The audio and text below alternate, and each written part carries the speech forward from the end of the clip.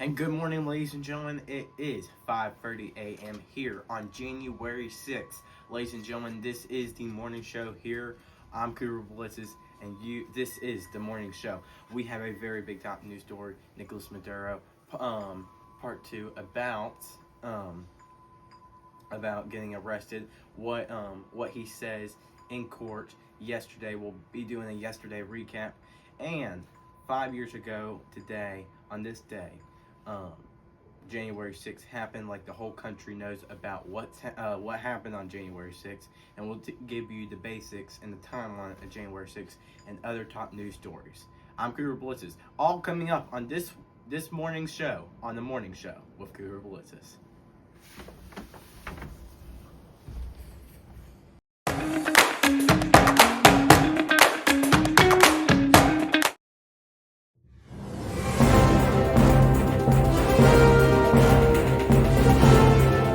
Good morning, ladies and gentlemen. It is 5:30 here in Nashville, and it is 6:30 in New York. Ladies and gentlemen, I'm Cooper Balitsos, and welcome to the morning show with Cooper Balitsos. Ladies and gentlemen, we are going to do yesterday's recap. It's a big story, almost probably going to be the big story all week. Here on the morning show and throughout every major media company in the world, it's going to be the biggest. In the U.S. It's going to be the biggest story. So right now, Nicolas Maduro yesterday around 8 a.m. was flown from Brooklyn detention facility to the federal courthouse in New York, where Sean Diddy Combs, Gina Maxwell, Luigi Mangione has all had court dates and sentences there, past and present. Very famous people. So a lot of people know that Nicolas Maduro and his wife pleaded not guilty yesterday in the courtroom. Nicolas Maduro also had a little bit of an outburst saying that I am innocent, I am not guilty, and said I am a decent man, and before the judge hushed him up. He later added that I am not guilty of anything that is maintained here. And then his wife again said that she is not guilty. She said not guilty, and she told the judge completely innocent. She said. So that was around 12 p.m. Eastern Standard Time yesterday afternoon. So, and then President Trump made another announcement. Well, not announcement, but made another tweet last night about the president of Colombia and then the president of Cuba. And we're going to talk about that. But my opinion is this. First off, Nicolas Maduro. He used to be the dictator until January 3rd of Venezuela. Absolutely, he was not. He is not the right president for Venezuela. But for all the Democrats and for all the Republicans and some of the Republicans that have been saying that this is unconstitutional, international law, who cares about international law anymore? And Nicolas Maduro, he has killed hundreds of thousands of Americans, probably around, I would say, in my perspective, 1 million Americans in these drugs. He sent dangerous criminals to not just my state, Tennessee, but all throughout America. And he's just put weapons in people's hands, and he's gave weapons to people. That's not right, and he should be, like I'm saying, he should have a sentence, and he should be in jail. And for the Republicans and the Democrats, that we'll get on to there later. We'll talk about that in just a few minutes about Trump's operation. He should be in jail. This is nothing about oil. Yes, does Trump want to rebuild the oil fields and fields in Venezuela? Yes, he does. He wants to rebuild the infrastructure. This is not about oil. This is about saving the American people. This is America first. But lots of people, lots of the Democrats, and some Republicans, some in Kentucky, do not agree on what Trump has done on this. So we're going to talk about that, but we're going to talk about first Colombia and Cuba. Last night, yesterday, the Colombian president and President Trump had exchanged of words, um, saying that, if I can get to this, that Colombia might use military against the U.S. And President Trump said on Saturday that Cuba could be next. Now Cuba has not responded, but last night we got word that around 32 Cuban citizens, this is armed security guards that guarded Nicolas Maduro at the compound, were killed in Venezuela. So we got that, but what right now is happening? Colombia, the Colombian president and President Trump are having an exchange of words, and President Trump has said Colombia might be next, and he might use a larger military action in Colombia than Venezuela of the president in Colombia. Now Cuba, like I said yesterday morning, Cuba is falling apart. Cuba, the GDP of Cuba is going down significantly every single year. There's the Cuban residents that are dying every year because of lack of food, lack of water, lack of electricity, and their communist president doesn't really, I don't think, care about the Cuban people. Cares about the drugs, cares about the guns, and he really, honestly, Cuba sent all the guns to Venezuela so Venezuela could ship to China, to Russia, to the U.S., to criminals, and cause harm to American citizens and citizens all over the world of every single different country. So there is that. But Cuba, President Trump did say that Cuba could be next, and I do think Cuba will be next. I think Cuba will surrender. I believe, in my opinion, will surrender. I don't think Colombia will. If President Trump does want to take military action to Colombia, I don't think the Colombian president will surrender. But Cuba, they have a smaller military. All their allies, yes, is Russia and China and Iran. Now, Russia and China have already responded, saying that Maduro needs to be let free out of U.S. custody. President Trump not going to let that happen unless he does get proved innocent in New York City, if the jury does find him innocent. But if President Trump does, I would say, invade or launch airstrikes or kidnaps the president of Cuba, the prime minister, the vice president, or anybody else as a high-ranking leader that has ties to Russia, China, or Iran. Russia, China, and Iran will probably, I won't say attack. They wouldn't attack, but they would have to talk to President Trump, have to talk, and probably maybe team up against each other if President Trump does do another country. If he does do Cuba, if he does another country, maybe Iran.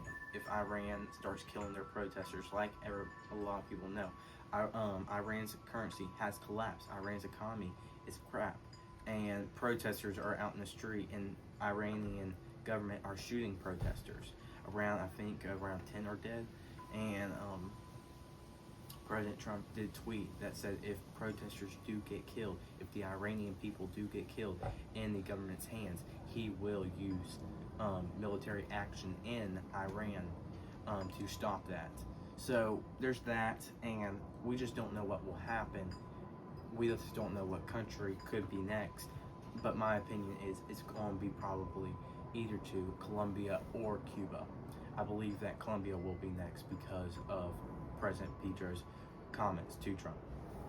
When we come back, we will be talking about, first off, the Republican Party, people that did not, people that condemned Trump's attacks on Venezuela, and we'll be talking about a lot of the Democrats a lot from Florida, and Democrat Senator John Fetterman, who supported and said that Trump did a great job in the Venezuela attack and capture of Nicolas Maduro. We'll be doing that next, coming up here on the morning show with Cooper Balitsos.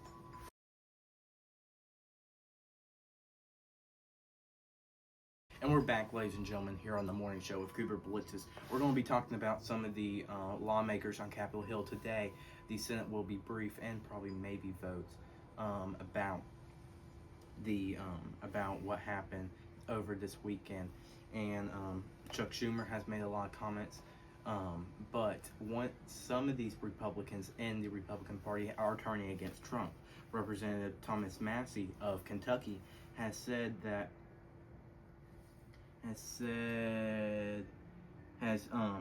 questioned that legal grounds for the military action in the absence of the declaration of war or an authorized for military force from Congress.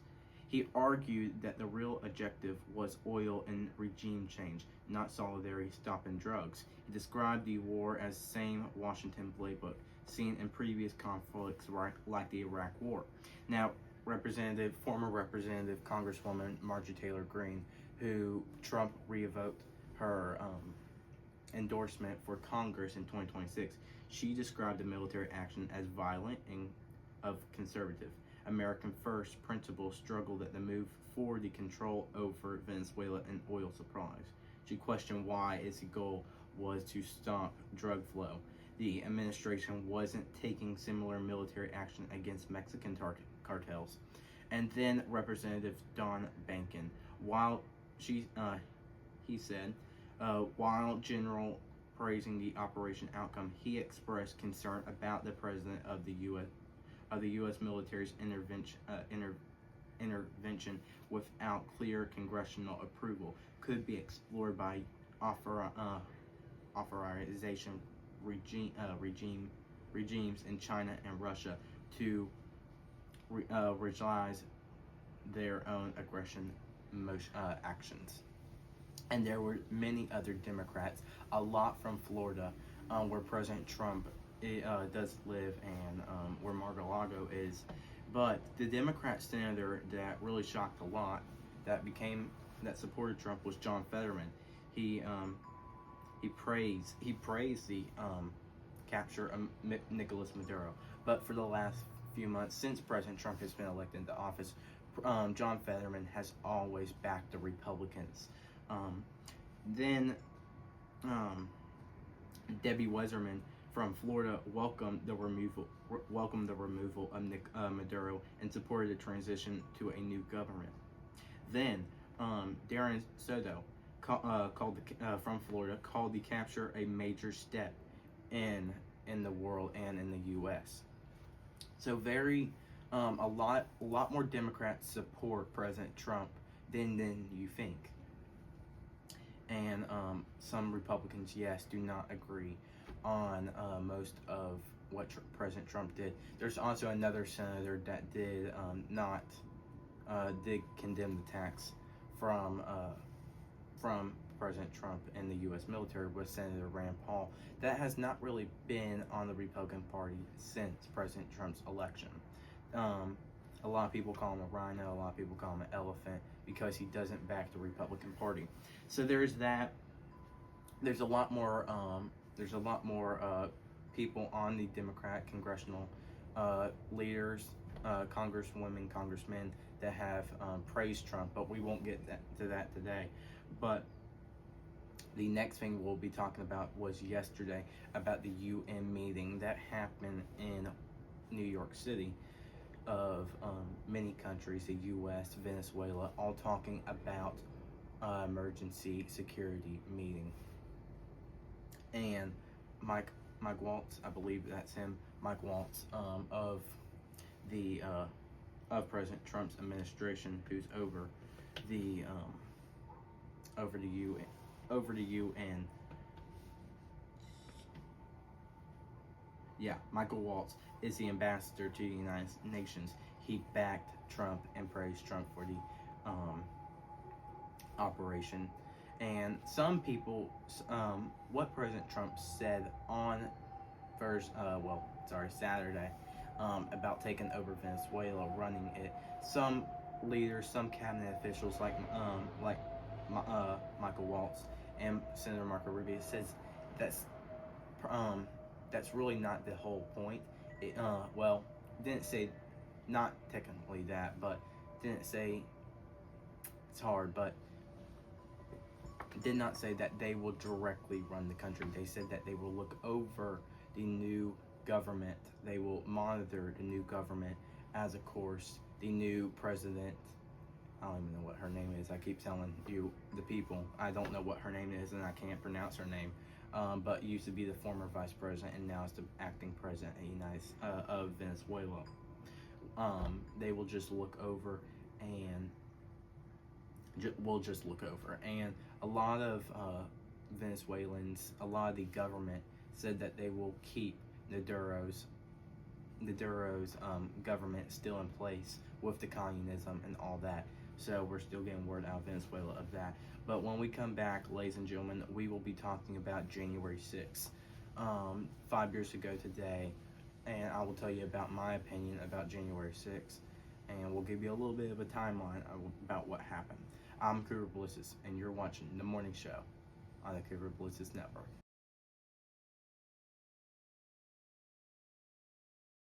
And I'm Cougar Balitsos, and you're watching The Morning Show here on my network, here on the Cougar Balitsos Network. So, around 5 years ago today was January 6th, one of the, I'm not going to say deadly days, but from Democrat perspective, and Democrats, they have said one of the deadliest days in American history. This is a really reason why people don't like President Trump, because of January 6th. Now, I don't think that, but it was caused by multiple things. It was caused by the 2020 election, when Joe Biden won the election, by not a landslide, but significantly, than President Trump. But what the goals was to disrupt the electoral vote count and to put pressure on Congress and Mike Pence to return the election of Joe Biden in favor of Trump. So there was around 100,000, not 100,000, but multiple thousands and thousands and thousands, probably around, I would say 20,000 protesters. That was at the Capitol, that was in Washington D.C. at the time, and they stormed the Capitol and disrupted. They actually did disrupt the congressional reading of the state's electoral votes, and caused multi-million-dollar damages in the Capitol, some at Nancy Pelosi's office, and some in other congresswomen and congressmen offices too, who are Democrats. And there's around 1,500 that were charged in this attack. Mostly, all Republicans, mostly far right, the Proud Boys, and other people that did storm the Capitol. There was one rioter that was killed by a gunshot. One rioter died by a drug overdose, and two rioters died from natural causes, and one police officer did die of a stroke, and then 4 other police officers died by suicide. And there was around 150 officers hurt.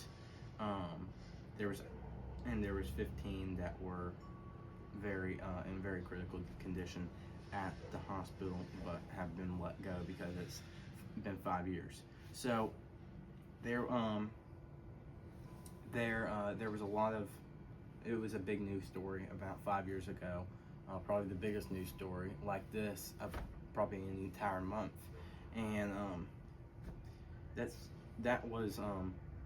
what happened here on 5 years ago today. But my opinion is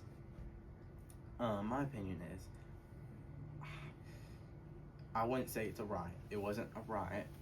There was nothing wrong with it. I say it was peaceful. It was peaceful, a protest. And really, it was peaceful protests inside the Capitol at the same time. Yes, there was a few crowds. There was a few people that did, yes, um, break windows, spray painted, ripped up offices, trashed offices. Yes, was the whole peaceful protest? No, but I say that it was a peace. It was a protest that the American people have the right to, and I just think it. Yes, peaceful protest, and I don't. And yes, the people who were the people who did get charged, some of them that ripped up offices and caused damages, yes, they should be arrested and they should be prosecuted and all that. But most of these people that did not and were arrested, they should be let go. And on January 19th of 2025, President Trump did pardon all the January 6th rioters and protesters that were arrested. So that's that. Republicans shifted the blame from President Trump. They blamed it on the 2020 election, that it was rigged. And some Republicans, like Senator Marsha Blackburn, said that Joe Biden fairly won the election. That I do not have a comment of, and that I will not tell my opinion of. But another big news story that we're going to talk about today is Minnesota fraud scandal. So yesterday's big news story that we were talking about, well, that we did not talk about, but we were going to talk about today, is Governor Tim Walz and the Minnesota fraud scandal. So around $9 billion have been pretty much have been going to Somalian daycares, healthcare centers all over Minneapolis and Minnesota. And they have been run by Somalian Americans, some that are illegal and some that are legal here in the U.S. And there's been, and if you watch the video of Nick Shirley on the groundwork in Minneapolis showing all the fraud, all going to the daycares and nobody being there. Yes, I do believe it's a fraud. It's a fraud indeed. If they're saying that there is no kids, and there was people in that video that said there were no kids there, and they don't have a number of counts, and there was like $3 million going out to a run child care place that had almost maybe 50 to 100 kids, and you couldn't find any kids there. If when you open the door, when they were talking to this Nick Shirley, you couldn't find any kids. So there was that, and I do believe, yes, it was a fraud, and it is a fraud. And yesterday, Governor Tim Walz is not going to rerun for election, and I think Tim Walz is a joke for Minnesota, and he has just put that state in just harm and just made the state so that was unique. It's a state that it has the world's largest mall. Well, not the largest mall, but the largest mall in the U.S. And he's just declined that state over and over, and just made people move that voted for Tim Walz move from Minnesota to red states that still do have their liberal ways and want to elect leaders like Afton Bain here in Tennessee as Congress. So there's that. But really, I think it's a fraud. We'll be talking about that more about tomorrow. We'll be talking about more, like I just said, about that tomorrow, and we'll be talking more about Venezuela and tomorrow's news stories. There's really mostly no news stories today, except lots of schools all across the world, but in the U.S. are going back to school today in multiple states here, like here in Tennessee. I'm Cooper Balitsos, and actually we do have one sports story. This is coming out of Vanderbilt in Nashville. Vanderbilt knocked off number 5 LSU 65-61. Vanderbilt, well, this is women's. Vanderbilt is ranked number 12. Women's basketball in at Vanderbilt is ranked number 12, and LSU women's basketball was ranked number 5th. And both women's and men's are defeated and have 0 losses at this halfway through the season right now. So I'm Cooper Balitsos. We'll be back tomorrow morning here at 5:30. Is about around 6 o'clock now, and we will be back we'll be back at 5:30. I'm Cooper Balitsos, and this is the morning show with Cooper Balitsos.